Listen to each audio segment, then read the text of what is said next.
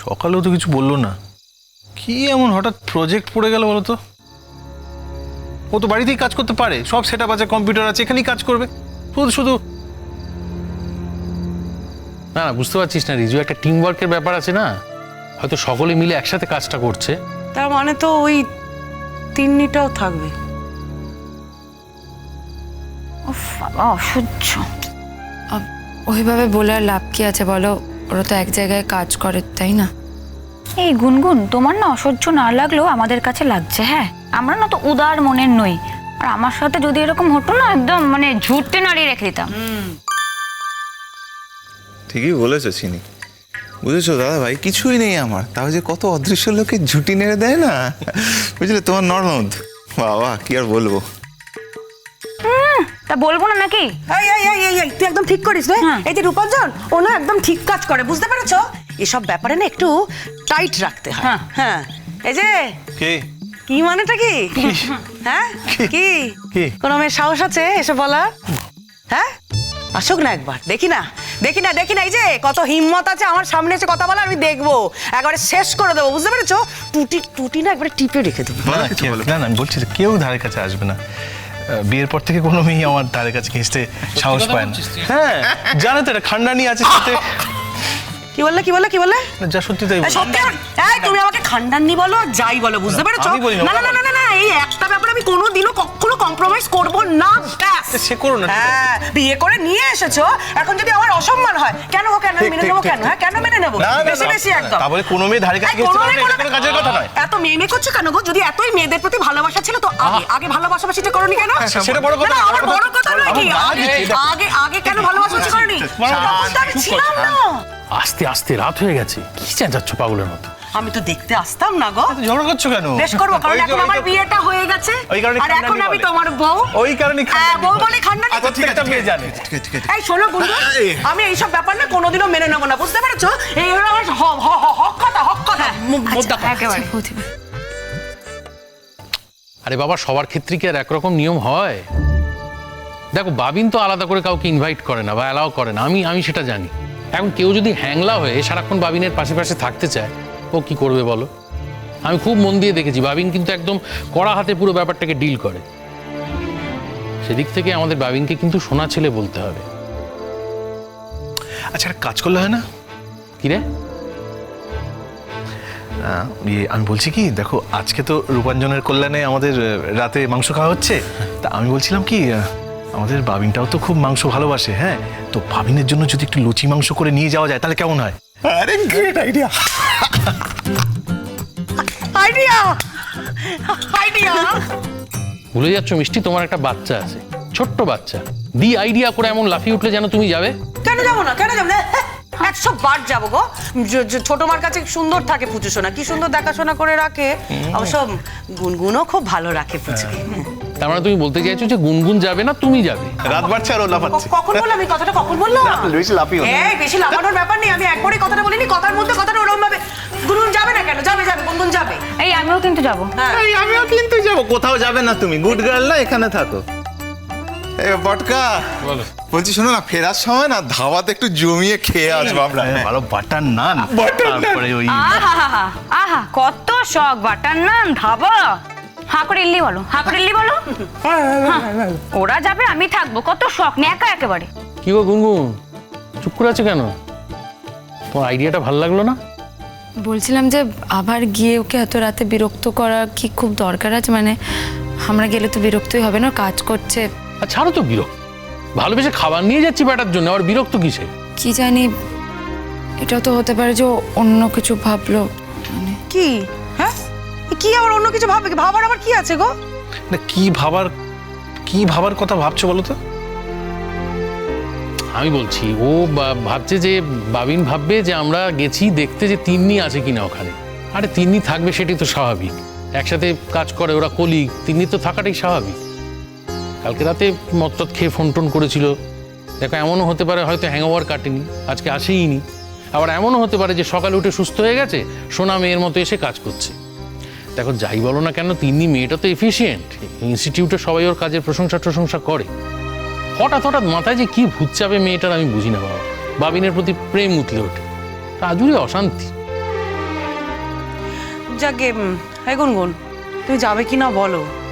আর তুমি যদি না যাও না তাহলে কিন্তু আমরা কেউই যাব না। না, কোনো মানেই হয় না, কারণ যাওয়ার কি মানে? তুমি গেলে তবেই তো যাব, বলো। আমি বলছিলাম যে মানে একজন কেউ গিয়ে খাবারটা দিয়ে এলেই তো হয়, তাই না?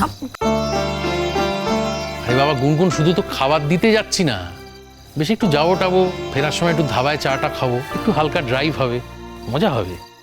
ধরো 10টা নাগাদ বেরোবো, বাবিন 10:30 নাগাদ খায়, 10:30 নাগাদ খাবারটা ওকে দিয়ে মিনিট 15 ওখানে থাকবো, একটু গল্প টল্প করে তারপর আমরা চলে আসবো। আরে বাবা তোমারও ভালো লাগবে, বরটা ছাড়া রাত্রি ফিরবে না, 15টা মিনিট তো বরটাকে কাছে পাবে, একটু হালকা গল্প স্বল্প, একটু ভালোবাসাবাসি। হ্যাঁ সত্যি পটকা, তুমি না মানে কোনোদিনও গুরুজন হবে না।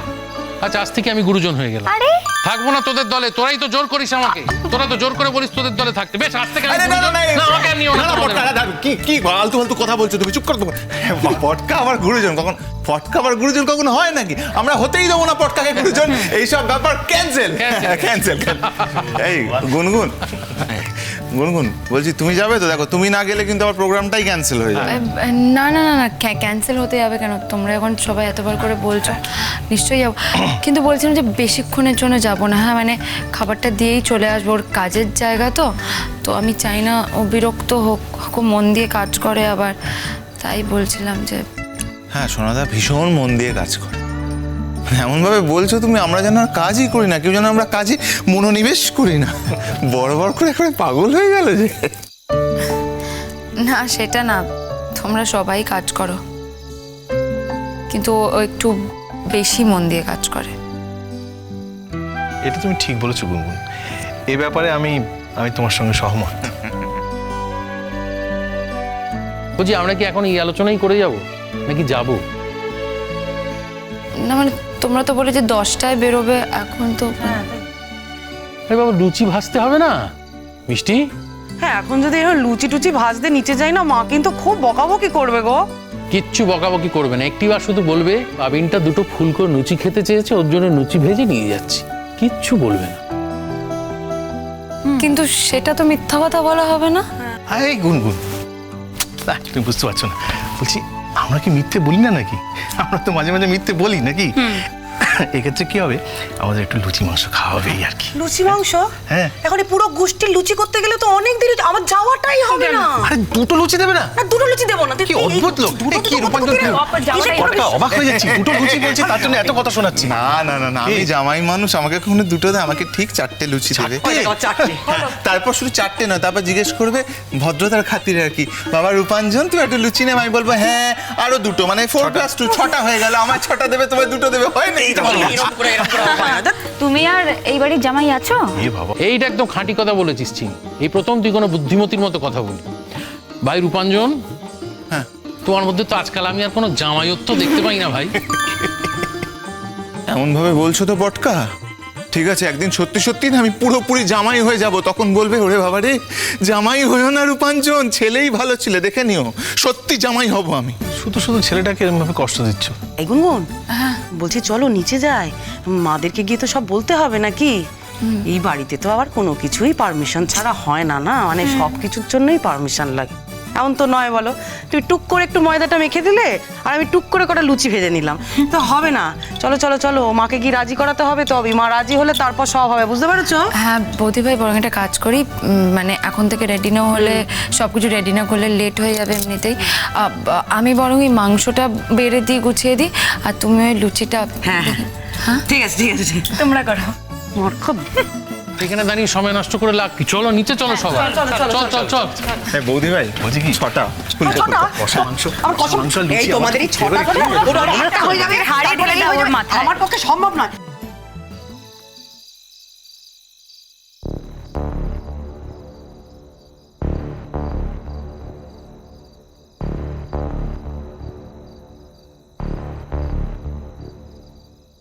তুমি বসো না, সৌজনদা দাঁড়িয়ে আছো। না এই ফুল টুল এগুলো কিসের জন্য হঠাৎ? আসলে আমার না ফুল দিয়ে ঘর সাজাতে খুব ভালো লাগে,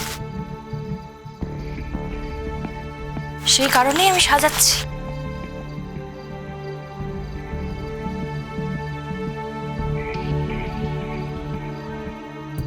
বুঝলাম, সুজনা না বলছি, হ্যাঁ কি বলছো বলো।